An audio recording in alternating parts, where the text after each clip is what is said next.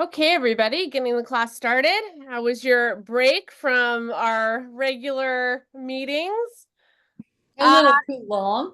It was long, yeah. It's okay, back at it now. This session is all about inaccessibles, which I don't think we've touched in this class for a little while. So it'll be a nice refresher of some foundations. As always, these classes start in a foundational way. So the beginning weeks are going to be the foundations, and then we're going to build on top of that. I'm going to move a little bit quickly because of I think everybody's experienced enough so that we don't have to spend quite as much time as I might normally spend on the foundation stuff. That doesn't mean that you can't do a little bit more. Like if you're noticing that your let me back up. Common problems with doing too many inaccessibles are, what do we think? What's the biggest fallout from doing too many inaccessibles? Lack of sourcing. Yeah, so the lack of sourcing, absolutely. It really atrophies the sourceability and the ability for our dog to source problems confidently. So, if you start to see that, just do a couple reps of the foundation stuff and then move forward. It's not, dog training is not a straight line like the class will make it seem like. It's constantly evaluating what your dog needs in that moment and then kind of backfilling and making sure that all of those needs are met in a way that they understand. Some housekeeping for class. If you're in a working spot, you're going to want to go into the Facebook group where our class meets and create a thread for yourself. So all you'll do is you'll post a picture of your dog. You'll title it in the caption above the picture. Session, we're 33, I think, 32. 32. Session 32 dog name, and that will help me find and keep track of the threads. So just session 32, your dog's name, a picture of the dog, and then all of your homeworks for each week will be posted in the comments of that thread. So we're going to keep everything kind of together. So your dog will have one thread, one spot to go to look at all of the homework and all of the video stuff that's going to be posted for you for this group. The lectures will be located. So if you ever can't attend a lecture live, the lectures will be located in a thread that says session 32 lectures. So if you miss one, you can go to the search bar, you can type in session 32 lectures, and the thread with all of the recordings from our lectures will pop up, so you can keep track of it that way. If ever you can't find something, the group is pretty active, so you don't need to wait for me. Oftentimes somebody's aware and there for you and can tag you in whatever you're looking for if you lose the lectures or lose your session thread or anything like that. Okay. This class gets reviewed on, I'm going to try to do it Monday morning this session, although I have a bunch of travel coming up, so that may be a little bit more like Monday afternoon for me. But just make sure you get it up kind of by Monday morning, and it'll be reviewed for class that day. For those of you on the other side of the country, I don't know what that equates to, because even though I spent all that time there, I still like the 24 hours before is good. Yeah, 24 hours before class is good. Okay, you get 3 minutes of posted video, so you can clip that together however you want. I will say that it's a lot of times people will speed up the video to meet the 3-minute mark. There are pluses and minuses to that. If it's really important for me to see the whole thing, that's a good way to do it. Kind of speed it up a little bit to make sure that the whole video meets the time frame. The downside to that is the tiny idiosyncrasies that happen in dog behavior are often missed because there's no way for me on YouTube to slow it down. That reminds me, to post your video, don't post it directly to Facebook. Facebook has problems with that often and will boot your video. post it to YouTube first or Vimeo and post the link in your comment thread. Okay? Questions about the way class runs? Yeah, we have a bunch of new people joining us this session, so I wanted to take some time to do that. So inaccessibles. There are a couple of things that are troublesome about the idea that the dog cannot get all the way to source. One of the biggest problems is that if the dog strictly understands that his job is to get to source, inaccessibles create an impossible problem. And some dogs, when they realize that it is an impossible problem, will kind of dismiss that that idea for something that is sourceable. Oftentimes people will say like, oh, he's aborting the hard thing for the easier thing. I don't always think that's the way it is in the dog's mind. I think in the dog's mind, it's more of like, I can accomplish this task over here, but I can't accomplish this one over here. So one of our roles or one of our jobs this session is to help the dog understand that it's the pursuit of that source that we're looking for, not necessarily the getting all the way there. Although if you can get all the way there, that is great. We want that for you. One of the foundational exercises for inaccessibles that we're not going to do are mazes or maze type searches where the dog does have an avenue or a path to success, but it's not a direct path. So the dog may catch odor from over here, but can't directly obtain access to that source. They may have to leave it and come back around and come into source from a different direction. That's a pretty basic foundation exercise for inaccessible problems. And all it does is it teaches the dog that when he catches something, even though it might not be immediately, there may not be an immediate payoff in terms of getting to source, if he works at that, he will be able to eventually get there. And it's the pursuit that's paid, right? That effort, that drive that's paid. We're going to skip ahead, although if you feel like that would be a good exercise for your dog, you're more than welcome to set one up this week. We're going to skip ahead to, I think I want to start with open inaccessibles because I really want to talk about vehicle inaccessibles this session, which is something that I think we've touched on in the past, but we've not kind of taken a deep dive into it. Open inaccessibles would be something where the odor is not contained. Like if you take a hide and you put it in a cabinet or a drawer, that's a contained inaccessible, right? Like the odor is sitting right there and it's not going to move very much. It's really contained in that space. And the dog has some edges to work in terms of deciding where the odor is. The odor has a certain volume that's comfortable for the dog. With open inaccessibles, we don't have that volume. It doesn't work the same way. So it moves a lot more. It's less direct. There isn't one concentrated space that odor is coming out, like in the crack of a door or the seam of a cabinet. There isn't that direct line to source. So open inaccessibles can be sometimes trickier. You might see these in a trial like behind stacks of chairs or something like that. I want to break down that skill a little bit more than the contained inaccessibles this session. So what we're going to do is we're going to work exercise this week.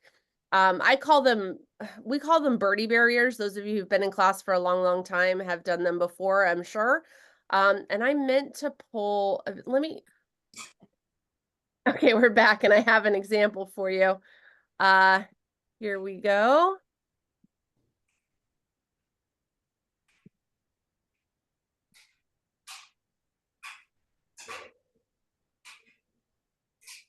Okay, so behind all of this, now this is a big one. This is from the elite class. We do these a lot in elite, and in elite, the big difference between 2 and 3 and elite with this type of problem is the problems tend to be more recessed, and there tends to be more separation between where the dog is trying to pursue that odor and where the odor is actually available. So behind this structure is probably like what I put it on. I have these little plant stand things that I usually put it on. I just take a tin and I put the tin right on the top of the seat, and now I can move that plant stand anywhere I want to. And it's easy for me to pair that, you know, to get some drive in. But my plant stand would be behind all of this stuff, these trash barrels and everything. It would be back there. And what it is it's letting the dog find it in the searcher. So letting the dog identify an area of productivity. And then we want her to work just a little bit. Do you see how she's on the surface of the stuff? She's not driving deep yet. Once she drives deep, I'm going to step in and move the thing that she's asking to be moved.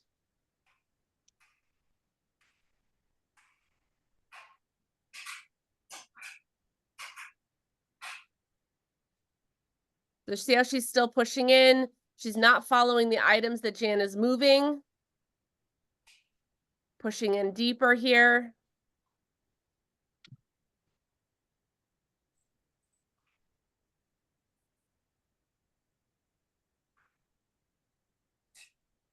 She can pick any angle she wants. It's not about moving the easiest thing to move. It's about moving the thing the dog is asking for.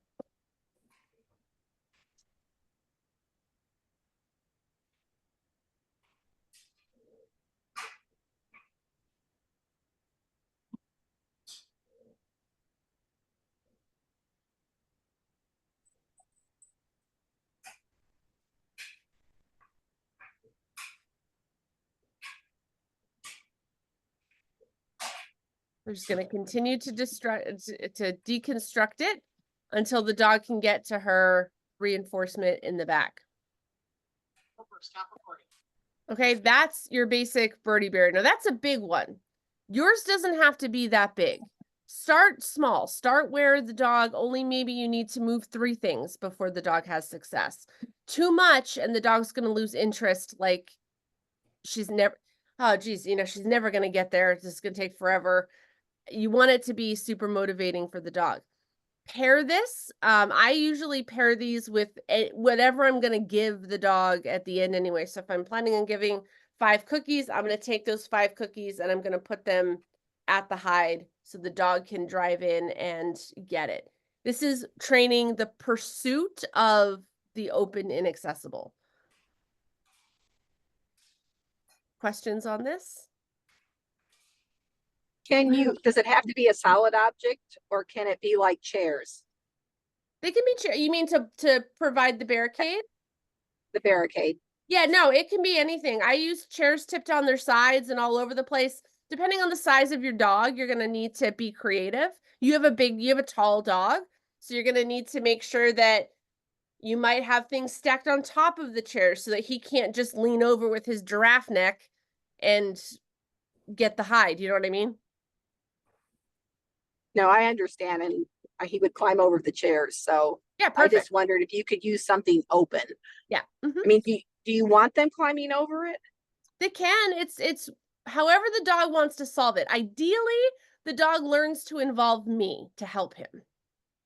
Okay. That would be ideal. But if he's like, you're taking too long and just bowls over it, that's fine. I'm just going to build it a little bit differently next time. Thank you. Yep. So I have a question. Does it have to be set up against a wall like that, like it was a barn or something? Nope. Like a solid backdrop? Nope. That's a good question. You can go all the way around. It just usually requires that then you need to find more stuff. I've So got no- fencing I can set it up against, but it's yeah. Thanks. The fewer openings you have, like if you were using it and if you put it in a corner, for example, the bracket that the dog shows is just going to be narrower. So I would probably do maybe one in a corner, one out in the open, just so I can see those different pictures.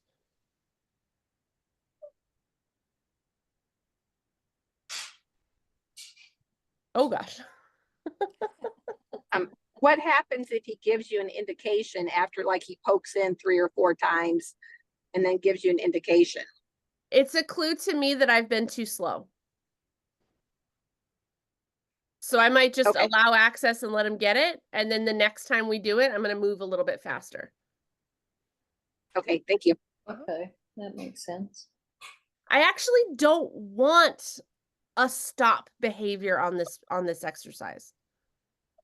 So if the dog is like poke, poke, look at me, poke, poke, look at me on each object, that's not the idea. The idea is pursuit and that you are responding to the dog's efforts. So it's the effort that we're looking for, the try, the drive, the push, all of that.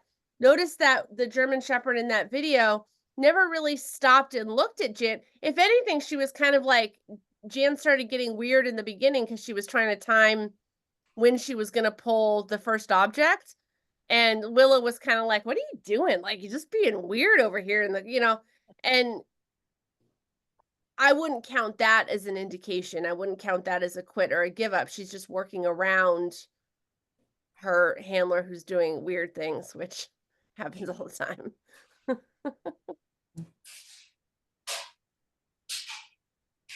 Have we done these before in this class? Those of you who've been here for a while, do you remember this? Not as a whole topic. That particular one. Yeah. I kind of remember doing this actually. Yeah. It was Yeah, a while. we may have just touched on it. while. We haven't done inaccessible anything for quite a while, so It's been a while, yes, it but would we have been- done it. Okay. Yeah, so this exercise is one of my favorites to start this concept. And I really want to focus on the open and accessibles this session, so that's going to be the goal. We'll touch on the closed ones too, because it's an important skill, but I don't think the skill for a closed and accessible is anywhere near as complicated as that for an open.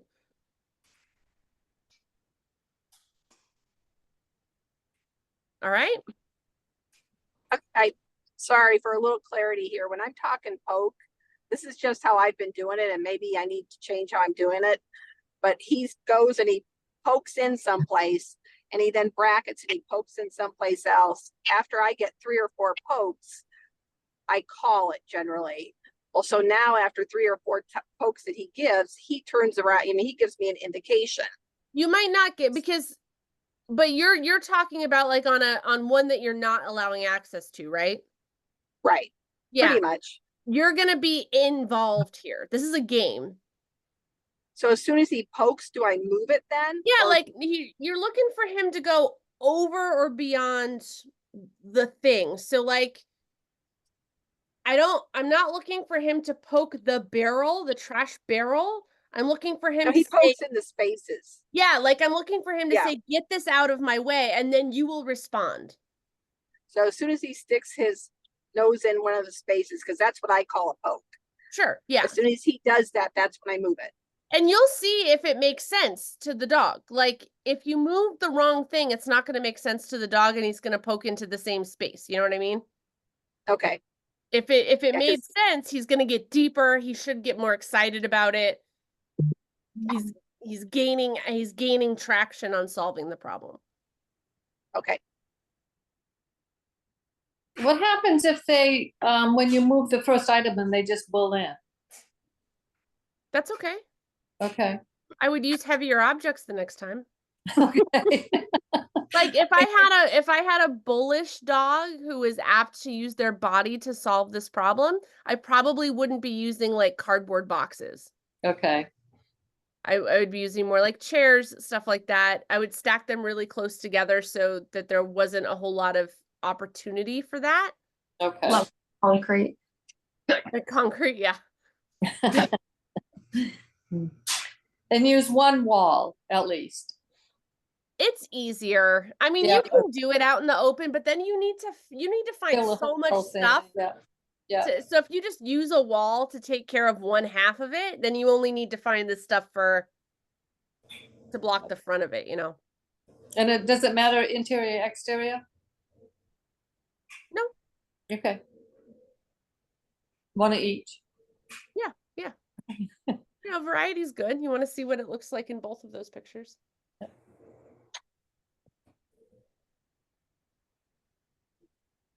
Okay. All right. All right, everybody. We will see you next week.